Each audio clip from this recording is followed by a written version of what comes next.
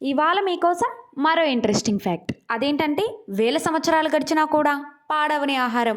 అవునండి, పాడవని ఆహారమే. ఆ పాడవని ఆహారమే తేనె. అవునండి. పురాతన కాలంలోని ఈజిప్టు రాజుల సమాధుల్లో దాదాపు 3000 సంవత్సరాల క్రితం ఉంచిన తేనె పాత్రలు పురావస్తు శాస్త్రవేత్తలకు దొరికాయి. అయితే ఈజిప్టులో ఉండేటువంటి రాజులు దీన్ని మెడిసిన్‌గా, ఫుడ్‌గా యూజ్ చేసేవాళ్ళు. అయితే పురావస్తు శాస్త్రవేత్తలు వెలికి తీయగా వాళ్ళకి తేనె పాత్రలు దొరికాయి. ఆశ్చర్యకరమైన విషయం ఏమిటంటే తేనె పాడవకుండా అలాగే ఉండటం కనిపించింది. ఎందుకంటే తేనెలో నీటి శాతం చాలా తక్కువగా ఉంటుంది. అందువల్ల బ్యాక్టీరియా సులభంగా పెరగలేదు.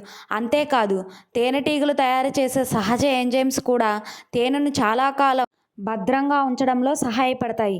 ఇలాంటి ఆశ్చర్యపరిచే ఫ్యాక్ట్ కోసం మా ఎకోవాణి ఛానల్‌ను ఫాలో అవ్వండి. రేపు మరో కొత్త విషయంతో కలుసుకుందాం.